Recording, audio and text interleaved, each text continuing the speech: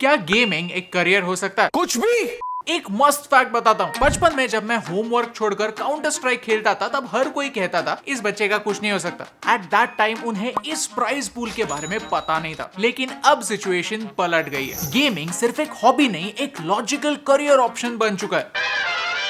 आज का वीडियो काफी इंटरेस्टिंग होने वाला है क्योंकि इस वीडियो में हम जानेंगे कि गेमिंग एज एन इंडस्ट्री कितनी बड़ी है, भारत में गेमिंग के लिए क्या स्कोप है और इसमें करियर बनाने के लिए हम क्या कर सकते हैं। साथ ही साथ हम इस इंडस्ट्री के इविल साइड को भी जानेंगे। तो प्लीज इस वीडियो को एंड तक देखिए और इसे अपने दोस्तों के साथ और अपने पेरेंट्स के साथ भी शेयर कीजिए। हो सकता है कि उनका गेमिंग के बारे में ओपिनियन बदल जाए। Part 1, how big is the gaming industry. लेकिन दुनिया की छोड़िए, सबसे पहले जानते हैं कि भारत की गेमिंग इंडस्ट्री कितनी बड़ी है। You must have seen this guy. He is mister Mukesh Ambani, Bharat का दूसरा सबसे रिचेस्ट इंसान। उन्होंने कुछ दिनों पहले ये कहा था, हम सोच भी नहीं सकते लेकिन गेमिंग, म्यूजिक, मूवीज और टीवी शोज से भी बड़ी इंडस्ट्री होने वाली है। एग्जांपल लेते हैं भारत के सबसे पॉपुलर गेम का, पबजी नहीं, I am talking about ludo king. Ludo king ने कोविड के टाइम पर हम सब का मस्त टाइम पास किया और इन द प्रोसेस बहुत पैसा भी छापा। कितना? $20 मिलियन, और वो भी सिर्फ एक साल में। क्या कीजिएगा इस धनराशि का। लूडो किंग एक free to play board game है जो भारत के विकास जायसवाल ने बनाया है, लेकिन हर दिन 5 करोड़ से ज्यादा लोग लूडो किंग एक्टिवली खेलते हैं। That's why free to play games में ये गेम पिछले 2 सालों से टॉप पर है। To put things in perspective, आपने अवेंजर्स एंड गेम मूवी तो देखी होगी। चुटकी बजाते ही इस पिक्चर ने $850 मिलियन का बिजनेस किया। अगर आपको ये नंबर बड़ा लगता है तो वेट फॉर अ मोमेंट, उसी साल रिलीज हुई एक game call of duty modern warfare का रेवेन्यू क्या था पता है? $1.9 बिलियन। दुनिया की गेमिंग इंडस्ट्री फिल्म इंडस्ट्री से 3 गुना बड़ी है। लेकिन अभी खुश होने का टाइम नहीं, क्योंकि इस पूरे गेमिंग इंडस्ट्री का सिर्फ 1% रेवेन्यू भारत में आता है।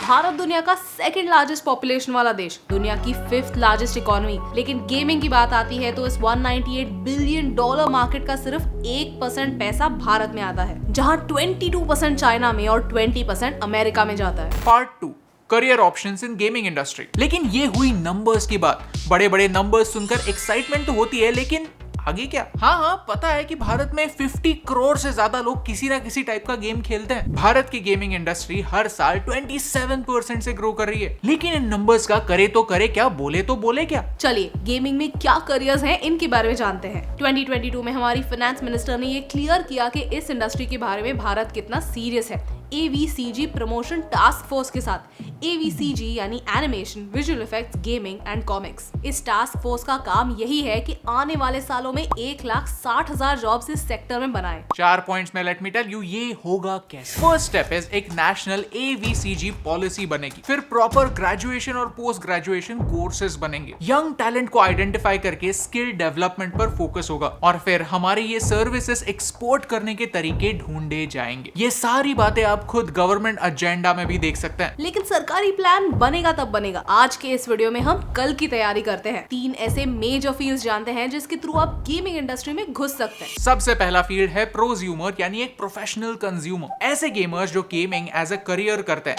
टूर्नामेंट्स में हिस्सा लेते हैं, स्ट्रीम करते हैं, गेम्स को रिव्यू करके पैसे कमाते हैं। निंजा दुनिया का रिचेस्ट गेमर, जिसकी नेटवर्थ $15 मिलियन है, हार्दिक पांड्या से भी ज्यादा। I don't know why I said this, but you get the point. एक प्रोफेशनल गेमर बनना एक प्रोफेशनल एथलीट बनने जितना ही डिफिकल्ट होता है। You need skills, you need practice, you need patience. हर कोई अपने गली का सचिन तेंदुलकर होता है, लेकिन भारत में ऐसे लाखों करोड़ों गलियां हैं एंड एज अ रिजल्ट लाखों करोड़ों सचिन्स भी। बट दैट डजंट मीन कि हर कोई इंडिया के लिए खेलता है। प्रोफेशनल गेमर्स प्रोफेशनल तब भी बनते हैं जब वो एक ही गेम के पीछे कंसिस्टेंटली 50, 60, 70 घंटे प्रैक्टिस करते हैं, छोटी छोटी स्किल्स डेवलप करते हैं। A lot of times as an audience हम सिर्फ देखते हैं कि फोर्टनाइट वर्ल्ड कप में एक 17 साल का बच्चा $3 मिलियन जीता है और रातों रात उसकी किस्मत पलट गई है। But every overnight success takes years in the making. अगर आपको एक्चुअली गेमिंग में एक करियर करना है, एक प्रोफेशनल गेमर बनना है, तो आपको इसे एज अ हॉबी नहीं एज अ प्रोफेशन देखना होगा। हमने कई प्रोफेशनल गेमर्स की जर्नी को नोटिस किया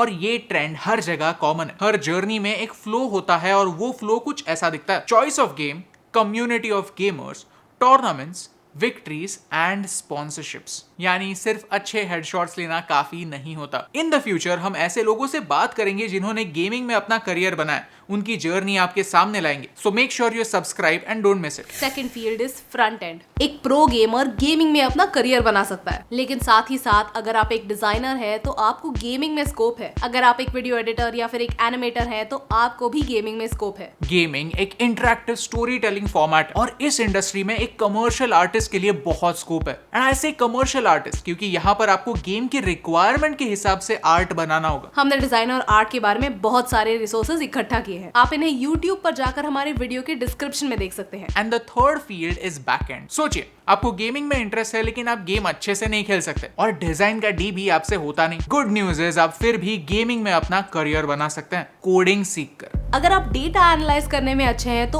आपको भी गेमिंग में स्कोप है। मॉडर्न इंजीनियर्स अपने गेमिंग के पैशन को अपने प्रोफेशन से मर्ज कर सकते हैं। गेमिंग में डेटा साइंस कैसे काम आता है? सपोज आप एक लेवल बेस्ड गेम डिजाइन कर रहे हैं जिसमें 100 लेवल्स हैं और आपको ये फिगर आउट करना है कि गेम की डिफिकल्टी क्या होनी चाहिए। Then you need to know कि कितने % लोग गेम को कितने लेवल तक कंप्लीट कर रहे हैं। और डेटा साइंस आपको ऐसे टूल्स और टेक्निक सिखाता है जिससे आप उन्हें एनालाइज कर सकते हैं और अपने गेम में इंप्रूवमेंट्स ला सकते हैं। और डेटा साइंस जैसी कटिंग एज टेक्नोलॉजी सीखने का इंडिया में बेस्ट सोर्स है scalar. This video is sponsored by scalar. India के कॉलेजेस से हमारी एक कंप्लेंट है कि उनका सिलेबस आउटडेटेड है, लेकिन स्केलर टेक प्रोफेशनल्स को अपस्किल करने में मदद करता है, वो भी real life business case studies के साथ। स्केलर में आपको 80 से ज्यादा रियल लाइफ केस स्टडीज के मदद से सिखाया जाता है कि आपका नॉलेज रियल लाइफ में कैसे काम आता है। We love practical knowledge and that's why we've teamed up with Scalar to bring you this video। क्योंकि यहाँ आप हर सब्जेक्ट इंडस्ट्री में काम करने वाले एक्सपर्ट से सीखते हैं, वो भी one-on-one मेंटरशिप के साथ। At the same time scalar में आपको इंटरव्यूज में कैसे बात करनी है, अच्छा इंप्रेशन कैसे फॉर्म करना है, ये नेसेसरी स्किल्स भी सिखाए जाते हैं। मैं काम पे जा रहा हूँ माँ। स्केलर से प्लेसमेंट होने पर ऑन एन एवरेज हर स्टूडेंट को 126% सैलरी हाइक मिली है। So click on the link below to register for a free live class और फिर आप खुद डिसाइड कीजिए कि क्या स्केलर आपके लिए सही है या नहीं। Part 3, evil side of gaming. लेकिन इस इंडस्ट्री में एक डार्क साइड भी है। कुछ गेम्स हार्मलेस होते हैं लेकिन कुछ गेम्स आपकी लाइफ बर्बाद कर सकते हैं। ऐसे गेम्स जो गैम्बलिंग को प्रमोट करते हैं। सोचिए, हम में से हार्डली कुछ लोग कसिनो में गए होंगे, लेकिन जब कसिनो ही आपके घर आता है, एक क्लिक के साथ डाउनलोड होता है और हमेशा आप ही के साथ रहता है, तो क्या होता है? हर कोई एक गैम्बलर बन सकता है। गैम्बलिंग हमारे देश में एक स्टेट सब्जेक्ट है, यानी हर स्टेट डिसाइड करता है कि क्या अलाउड है और क्या नहीं। तो हमें स्मार्ट बनना होगा। गैम्बलिंग वाले गेम्स पहचाने कैसे? खुद को सिर्फ 3 सवाल पूछने हैं। नंबर 1, क्या इस गेम में पैसे इन्वॉल्व हैं? नंबर 2, अगर आप इस गेम में हारते हैं तो क्या किसी चॉइस की वजह से हारते हैं? सिंपल सा एग्जांपल लेते हैं। लूडो में हम चूज करते हैं कि कौन सा पीस मूव करना है और उसके हिसाब से चीजें बदलती हैं। लेकिन स्नेक्स एंड लैडर्स में हम कोई चॉइस नहीं करते। तो अगर कोई ऐप आपको स्नेक्स एंड लैडर्स जैसा कॉमन गेम पैसों के साथ खेलने दे रहा है तो फिर वो भी गैम्बलिंग है। नंबर 3, क्या आप with time with practice improve होते हैं या नहीं?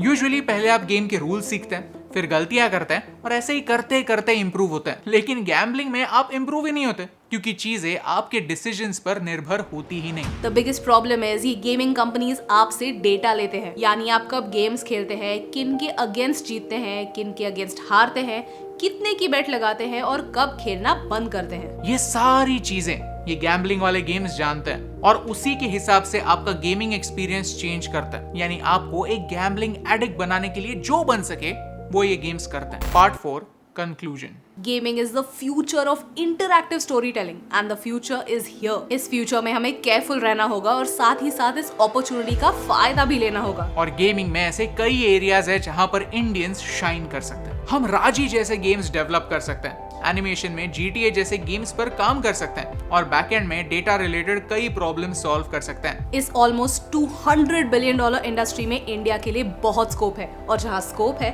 वहाँ होप है। अगर आपको इस वीडियो से वैल्यू मिली तो इसे अपने दोस्तों के साथ शेयर कीजिए and don't forget to check out Scaler क्योंकि इससे हमारी और इस चैनल की बहुत मदद होती है। So click on the link in the description to join a free live class क्योंकि 21st सेंचुरी में गेमिंग सिर्फ एक हॉबी नहीं, एक लॉजिकल करियर चॉइस है और खेल खेल में यही बात आप तक पहुंचाने से मुझे फर्क पड़ता है।